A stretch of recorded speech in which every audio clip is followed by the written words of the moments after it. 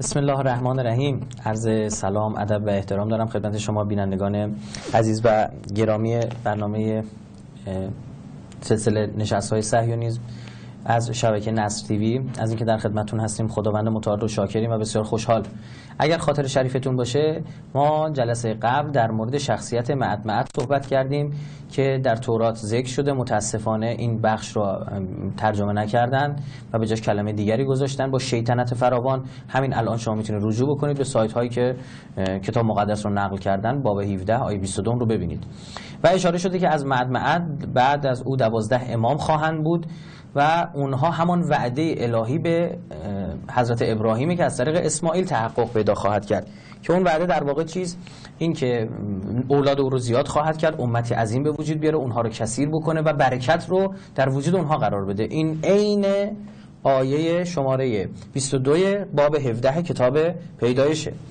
خب و عرض کردیم که این تفکر بسیار بسیار با تفکر شیعه که یک شاخه از اسلام هستش تطابق بسیار بسیار زیادی داره و اونها معتقد به آمدن پیامبری هستن به نام محمد و 12 امام که اولین اونها علی و آخرین اونها نامش دوباره محمده. یعنی ما در این عقیده دو تا محمد داریم. یک محمد که پیامبر هست میشناسید، دومی محمدی است که به همراه عیسی علیه السلام ظهور خواهد کرد.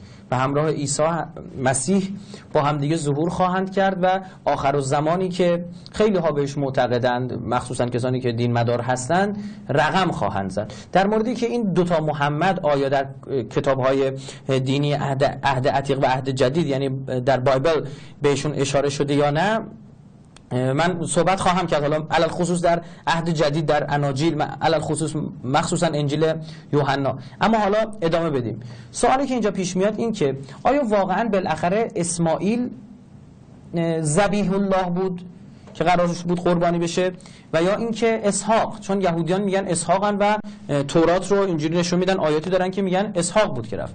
و مسلمان ها معتقدن بنابر دلایلی که دارن میگن شما تحریف کردید به خاطر اینکه خودتون اون نسب عالی جا بزنید و نتونستید ببینید که خدا از فرزندان یک زن کنیز بخواد کسی رو به وجود بیاره و اون وعده الهی رو تحقق ببخشه. شما ناراحت شدید، اسحاق رو آوردید جایگزین کردید با اسماعیل، یعنی فقط اسم رو عوض کردن. خب ما ببینیم چقدر این بحث صحت داره. من رجوع میکنم به باب 22 آیه 9 تا 13. خوب دقت بفرمایید، نکته خیلی جالبی داره. و چون بدان مکانی که خدا بدو فرموده بود رسیدند، ابراهیم در آنجا مذبح را بنا نمود و هیزم را بر هم نهاد و پسر خود اسحاق را بسته بالای هیزم بر مذبح نهاد. میگه اسحاق را بسته. مسلمان‌ها میگن شما به جای اسماعیل اسحاق رو گذاشتید. و ابراهیم دست خود را دراز کرده کارد را گرفت تا پسر خیش را ذبح نماید. یک نکته خوب دقت بفرمایید، ما میدانیم که اینجا نمیگه ابرام، میگه چی؟ ابراهیم. این نکته خیلی اساسی است و اینو باید دقت بکنیم. همون بحثی بود که من در جلسات قبل خدمت شما عرض کردم که این کی به نام پیامبر خدا ابراهیم اضافه شد. این مد نظرتون باشید. ابراهیم دست خود را دراز کرده کارد را گرفت تا پسر خود را ذبح نماید. در حال فرشته خداوند از آسمان وی را ندا در داد و گفت ای ابراهیم، ای ابراهیم. عرض کرد لبیک.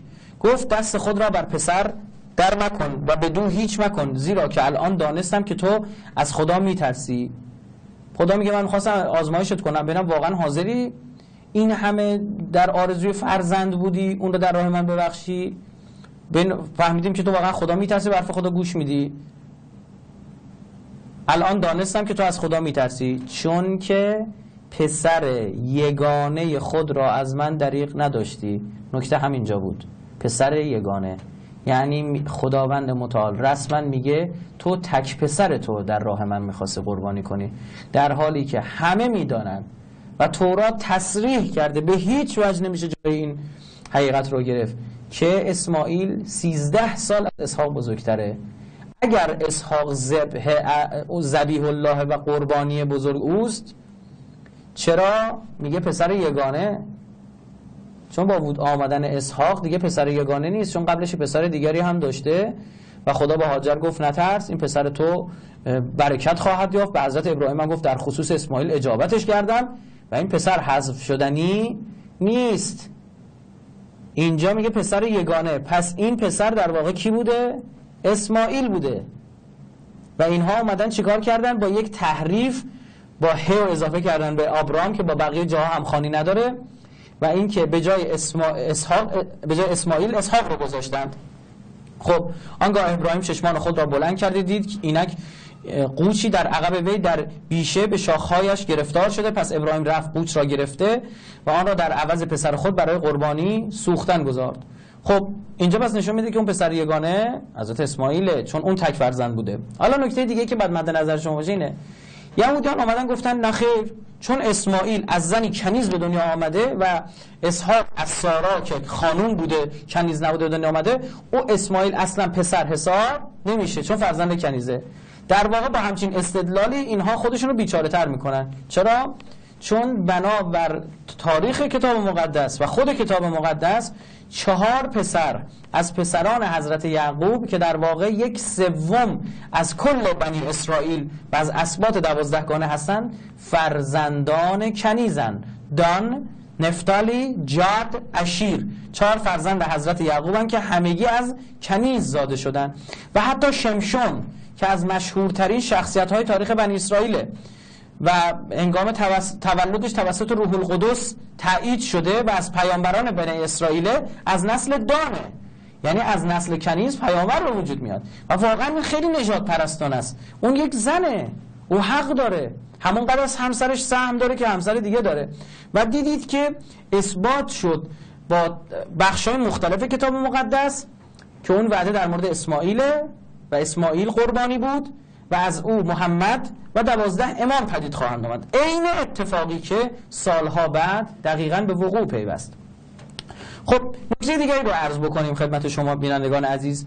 آیا موسی، این که در مورد حضرت ابراهیم بود، آیا موسی علیه السلام پروفت موسی به آمدن پیامبر محمد اشاره داشته یا نه؟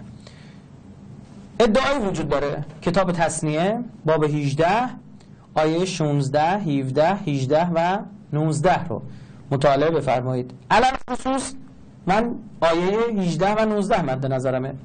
و خداوند به من گفت آنچه گفتند نیکو گفتند، نبی را، پیغمبری را برای ایشان از میان برادران ایشان مثل تو مبعوث خواهم کرد و کلام خود را به دهانش خواهم گذاشت و هر آنچه به او امر فرمایم به ایشان خواهد گفت. اشاره میکنه که خدا پیامبری شبیه به حضرت موسی میخواد بیاره از میان برادران بنی اسرائیل. نکته، بنی اسرائیل یعنی 12 برادر، فرزندان اونها.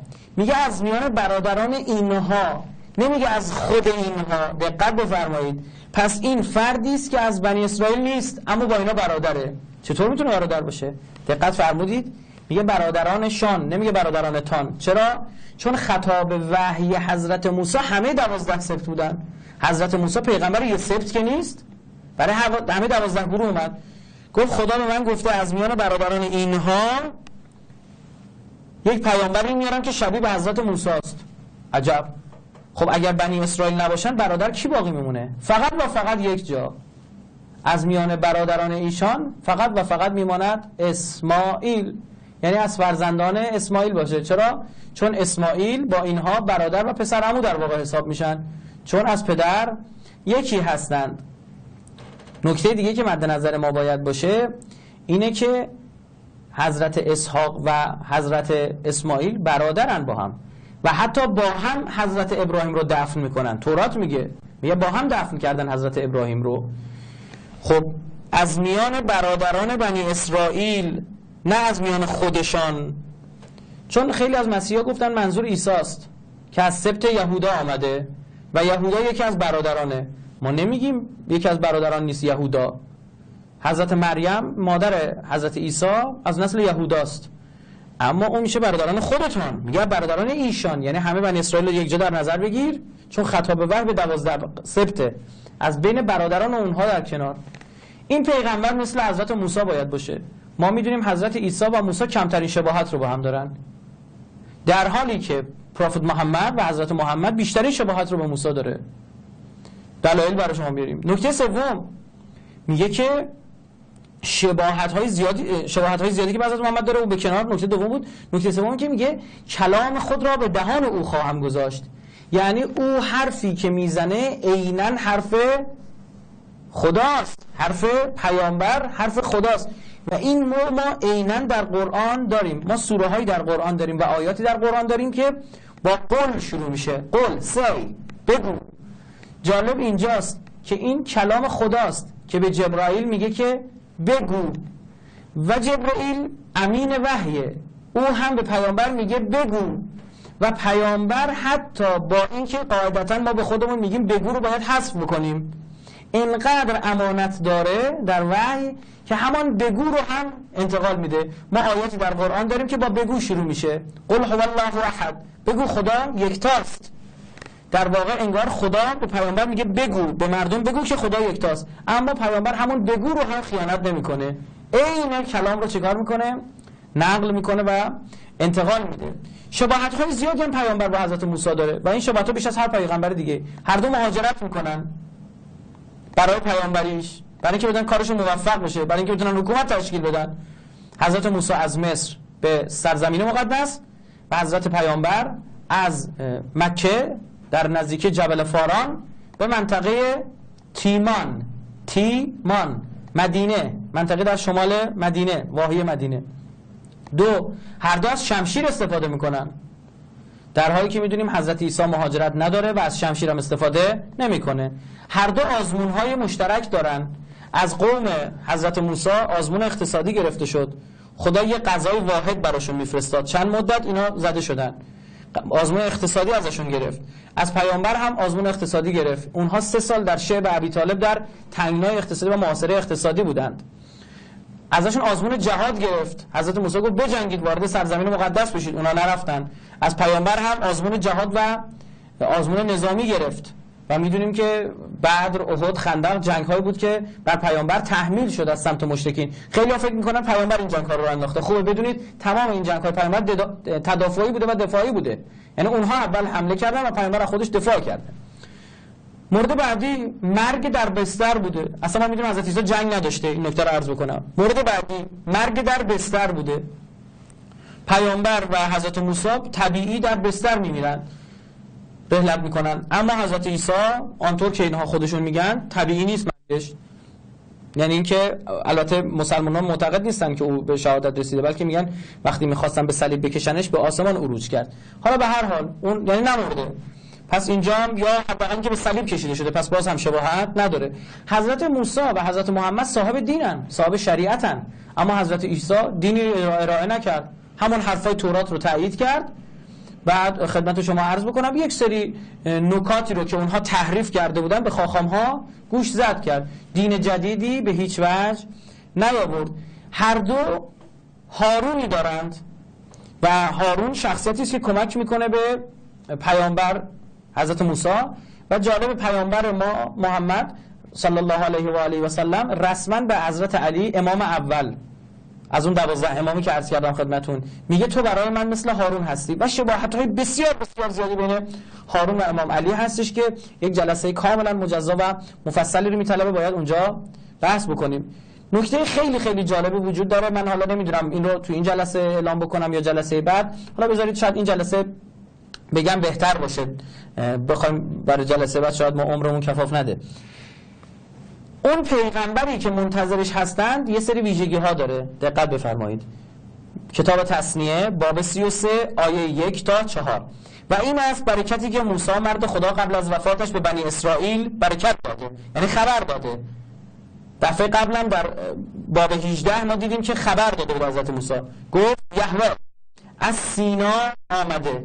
ما میدونیم پس اول از کجا آمده؟ دقت بفرمایید، اول از سینا آمده، بعد از سایر بر ایشان طلوع می نماید، بعد در کنار کوه سایر طلوع میکنه، یعنی از سینا میاد در سایر طلوع میکنه و از جبل فاران درخشان گردید و در کنار کوه فاران یا پاران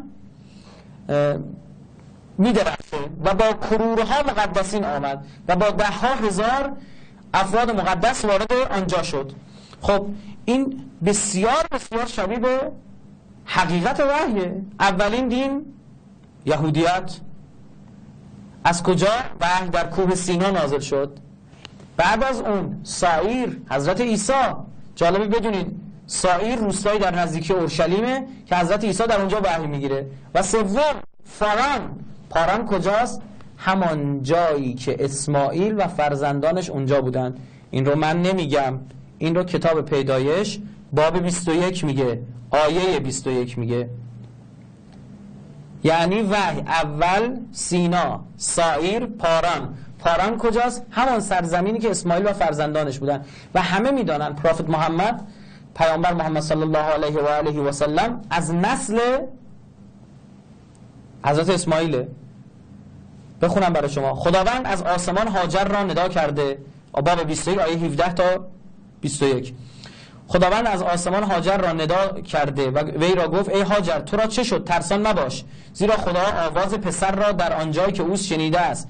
برخیز و پسر را برداشته او را به دست خود بگیر، زیرا که از او امتی عظیم به وجود آورم. به هاجر داره میگه، منظور اسماعیل دیگه، فرزند اوست. و خدا چشمان او را باز کرده تا چاه آبی دید، پس رفته مشک را از آب پر کرد و پسر را نوشاند. خوب بدونید اون چاه همان چشمه است که امروز در مکه وجود داره و مکه در کنار کوه فارانه، کوه پاران. و به اون چشمه میگن زمزم. زمزم به زبان عبری یعنی بایست، بایست.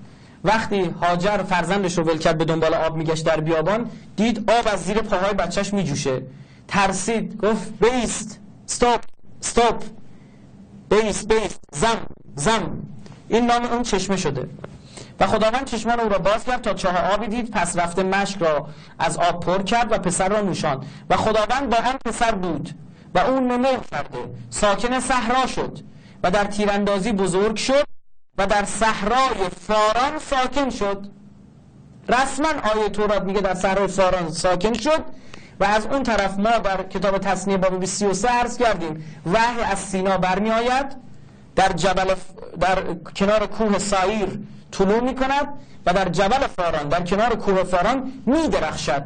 یعنی عین یک خورشیدی است که آرام برمی آید، طلوع می کند و اوج قدرتش در زمانی است که در کنار جبل فاران قرار می گیرد. این نکته بسیار بسیار جالبه. اما ببینیم خاخام ها با این رو چطور جواب میدن. انشالله جواب خاخام ها رو در برنامه بعدی خواهیم دید. شما رو به خدای بزرگ میسپارم.